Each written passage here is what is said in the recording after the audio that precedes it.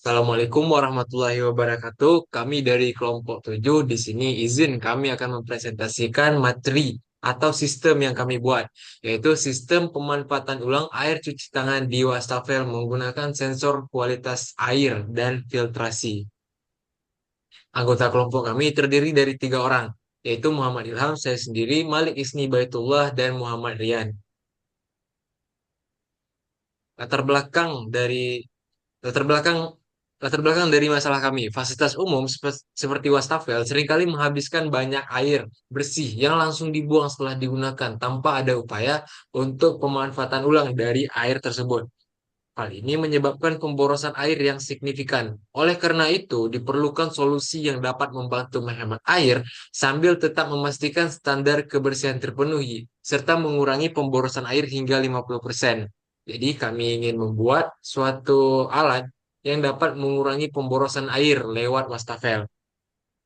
Sistem pemanfaatan ulang air cuci tangan yang kami rancang ini berfokus pada penggunaan kembali air secara berkelanjutan setelah digunakan untuk mencuci tangan. Jadi air tidak langsung dibuang, melainkan dikumpul, diuji kualitasnya menggunakan sensor seperti sensor turbidity dan pH, dan kemudian difiltrasi menggunakan filtrasi tradisional seperti pasir silika dan filtrasi lainnya. Selanjutnya VSM akan dijelaskan oleh Malik Isniba itu. Jadi untuk finish machine ini ada memiliki empat input dengan dua sensor. Yang pertama, jika pH-nya lebih kecil dari 7 dan turbidity-nya lebih besar dari 5, maka sistemnya filtrasinya akan hidup. Kemudian yang kedua, jika pH-nya lebih kecil dari 7 dan turbidity lebih besar atau sama dengan 5, filtrasi akan hidup. Kemudian jika pH lebih besar atau sama dengan 7 dan turbidity lebih kecil dari 5, maka filtrasinya akan hidup. Dan jika pH lebih besar atau sama dengan 7 dan turbidity lebih kecil atau sama dengan 5, maka filtrasinya akan mati. Untuk state-nya di sini ada dua, yaitu filtrasi hidup sebagai on dan filtrasi mati sebagai off. Outputnya di sini, kalau filtrasi hidup, maka proses filtrasinya akan bekerja. Kemudian, kalau filtrasinya mati, maka proses filtrasi tidak akan bekerja. Lanjut.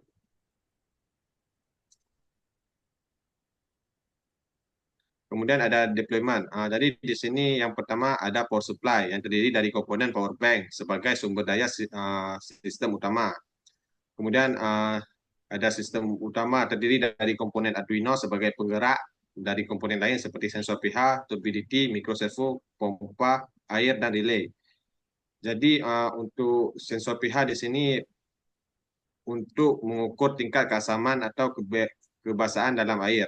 Sensor turbidity digunakan untuk mengukur kekeruhan air. Microservo digunakan untuk menggerakkan katup dalam sistem filtrasi, dan pompa air digunakan untuk mengalirkan atau memompa air melalui sistem filtrasi. Kemudian ada relay. Relay digunakan sebagai saklar elektronik yang digunakan untuk mengendalikan aliran listrik ke perangkat seperti pompa air. Kemudian ada Arduinoide. Di sini Arduinoide terdiri dari komponen kode dan monitor untuk mengatur logika kontrol sistem, menulis program untuk membaca data dari sensor, serta mengontrol komponen. Kemudian ada sistem filtrasi terdiri dari komponen zeolit, silika, dan karbon aktif untuk menyaring air dari partikel berbahaya agar menjadi lebih bersih dan layak digunakan. Kemudian ada power source yang terdiri dari komponen baterai yang berfungsi untuk menyediakan daya ke relay. Kemudian akan dilanjutkan oleh Muhammad Rian. Oke, selanjutnya kita masuk ke dalam rangkaian. Nah, di sini kami membuat rangkaiannya di Tinkercad, di mana di Tinkercad ini tidak ada sensor pH dan sensor turbidity. Jadi, oleh karena itu kami menggantikannya dengan um, apa nih, Mas? Potensiometer. Potensiometer. Kami menggantikan sensor dengan potensiometer. Kemudian di sini potensiometer ini terhubung langsung ke pin input analog dari Arduino. Nah, kemudian ada dua buah LED sebagai indikator dari kualitas air, kemudian push button sebagai eh, pengganti dari wastafel, lalu ada dua buah motor yang dikendalikan oleh motor servo yang terhubung ke baterai 9 volt. Kemudian ada juga motor servo sebanyak dua unit untuk mengontrol katup.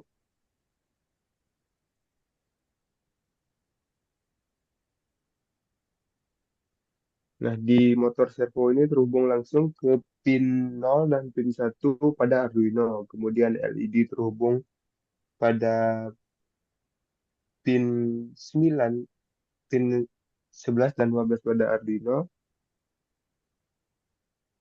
Dan motor servo ini terhubung di pin 9 dan 10 pada Arduino. Lanjut.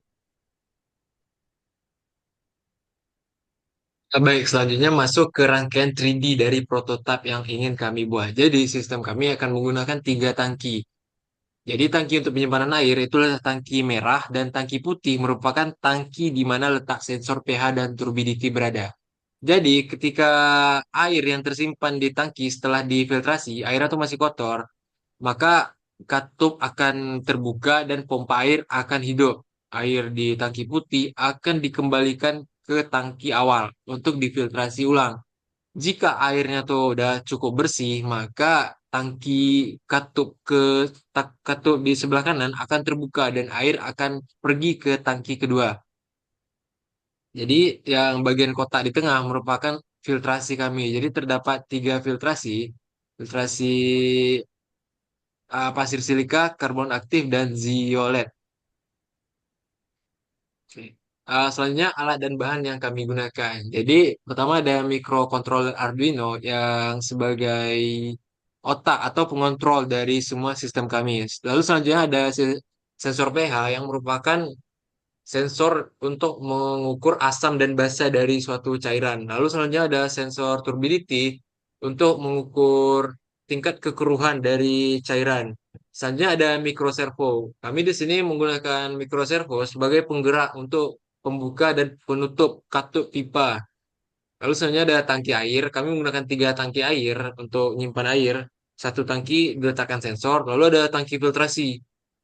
Soalnya ada filtrasi zeolit. Filtrasi zeolit tuh filtrasi yang fungsinya tuh untuk menetralkan asam dan basa dari suatu cairan. Lalu ada filtrasi silika yang fungsinya tuh untuk menetralkan kekeruhan dari cairan. Dan selanjutnya itu ada filtrasi karbon aktif yang fungsinya tuh untuk mengurangi klorin. Lalu ada baterai, lalu ada relay. Jadi di sini kami menggunakan relay karena pompa air yang kami gunakan tidak bisa langsung dihubungkan ke Arduino. Jadi kami membutuhkan bantuan dari relay. Oke, mungkin sekian saja presentasi dari kelompok kami. Kami minta maaf jika ada yang salah. Wabillahi taufik wa hidayah. Wassalamualaikum warahmatullahi wabarakatuh. Waalaikumsalam.